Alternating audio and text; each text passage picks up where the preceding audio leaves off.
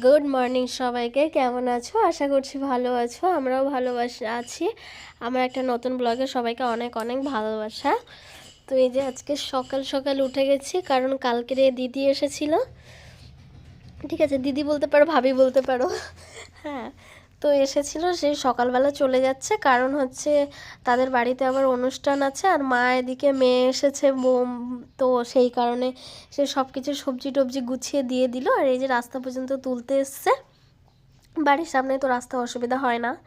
তারপরে এটা ওটা যা যেখানে দেওয়ার দিয়েছে, দিয়ে তো এই যে রাস্তায় উঠে গেছে। আমি আবার গিয়ে আর কি ঘুমিয়ে পড়েছিলাম।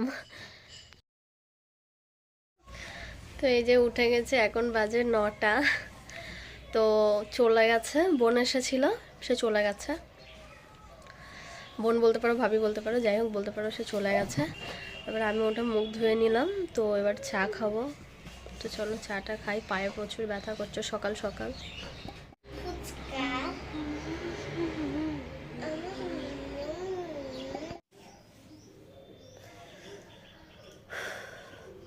মুখটা মোছা হলো না, মুছতে লাগলো না, এমনিতেই মানে পানিটা টেনে গেছে।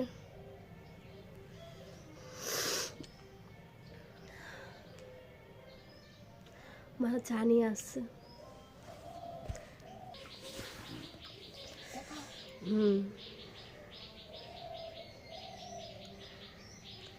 চা দিয়ে গেল। তো চলো, আমি এখন আজকে মুখে কিছু দিইনি, আগে মুখে দিয়ে নিই, তারপরে চাটা খাবো।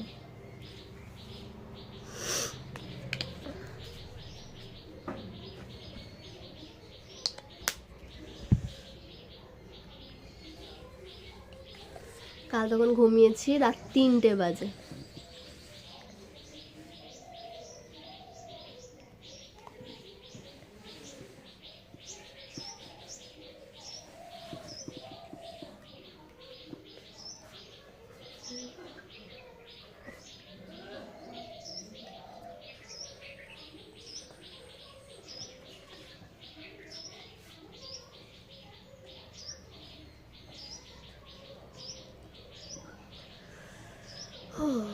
তারপরে আজকের দিনটাই থাকবো, কালকে চলে যাব।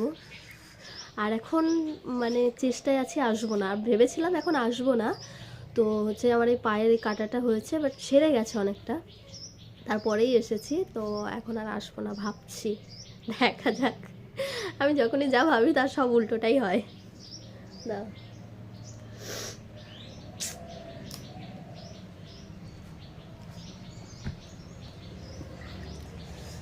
আজকে রবিবার।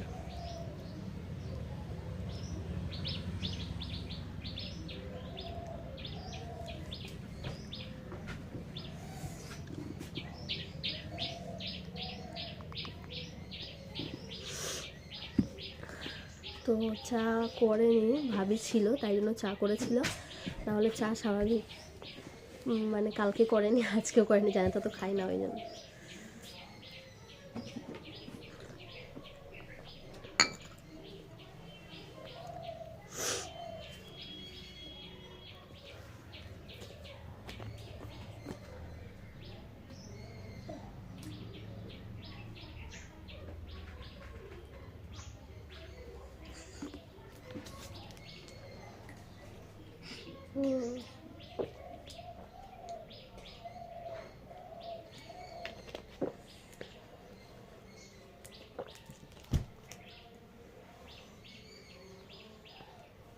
এক প্লেট মুড়ি, চানাচুর, বিস্কিট।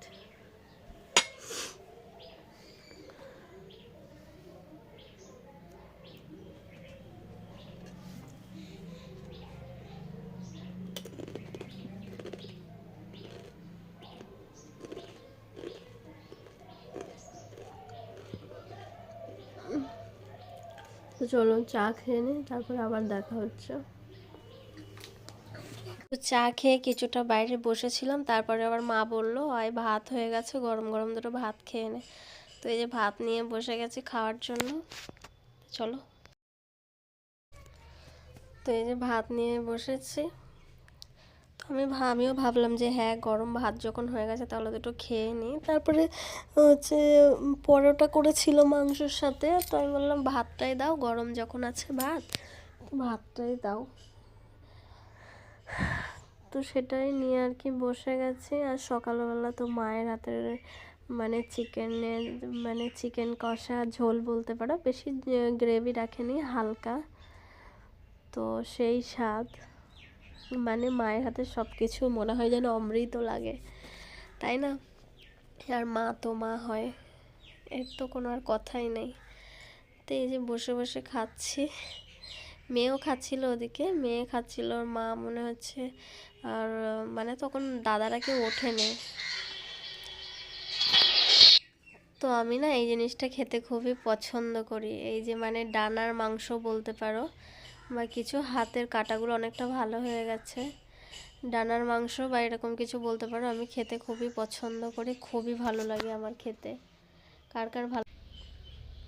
তো এই যে খাওয়ার পরে তখন বেশ ভালোই, অনেকটা বেলা হয়ে গেছে। খাওয়ার পরে ভাবছি একটু পরের দিকে মা হচ্ছে গরম পানি করে দেবে এখানে, গ্যাসের মধ্যেই করতে হয় গরম পানি, আর আমাদের বাড়িতে গরম পানি করার জন্য মেশিন আছে, তো গরম পানি করে দেবে, তো সেই তারপরে গোসল করব। ঠান্ডা লেগেছে, তাও আমি তেঁতুল খাচ্ছি, অর্ধেকটা খেয়ে ফেলেছি আর অর্ধেক এখন খাচ্ছি, অনেক আছে এখনো তেঁতুল। পেকে গেছে এই দিকটা, একটু বেশি তো। তো এই যে ঠান্ডা লেগেছে, তারপরেও বলছি তেঁতুলটা না খাওয়ার জন্য, কিন্তু সে তেঁতুলটা তো খাচ্ছে বসে বসে নুন দিয়ে, এই যে প্লেটে নিয়ে বসেছিল, অর্ধেক পুরো খেয়ে নিয়েছে। তো চলো একটু বাইরে রোদে যাই, খাওয়া দাওয়া হয়ে গেছে, একটু বাইরে রোদের দিকে যাই। তো এই যে একটু বাইরে বেরিয়েছি, খাওয়া দাওয়া করে বসেছিলাম, তারপরে বাইরে বেরালাম, দেখলাম দাদা কোনো কাজ করছিল এখানে, এখানে কোনো বালির কাজ করছিল, তারপরে দেখলাম তো নেই। তো ছোট ভাই এই মাত্র ঘুম থেকে উঠলো, হয়তো ভালো করে হাঁটতে পারছি না, এই মাত্র ছোট ভাই ঘুম থেকে উঠেছে।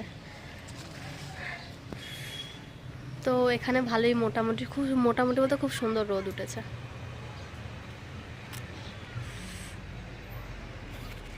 আমার মা সকালবেলা সব জামা কাপড় ধোয়া হয়ে গেছে। তো আমার ভয়েসটা একটু না বুঝে নিও, কারণ হচ্ছে আমার মায়ের বাড়ি হচ্ছে রাস্তার ধারে, তো মায়ের বাড়িটা রাস্তার ধারে, তো প্রচুর আওয়াজ হয়, প্রচুর আওয়াজ হয়, অনেক আওয়াজ হয় রাস্তার ধারে, তো গাড়ি ঘোড়া অনেক আওয়াজ, অনেক কিছু। তো একটু ভিডিওটা বুঝে নিও, ভয়েসটা বুঝে নিও অবশ্যই। তো এখনও আজকে গোসল করা হয়নি, আজকে ভাবলাম আর একটু শ্যাম্পু করব, তো দেখা যাক কি হয়।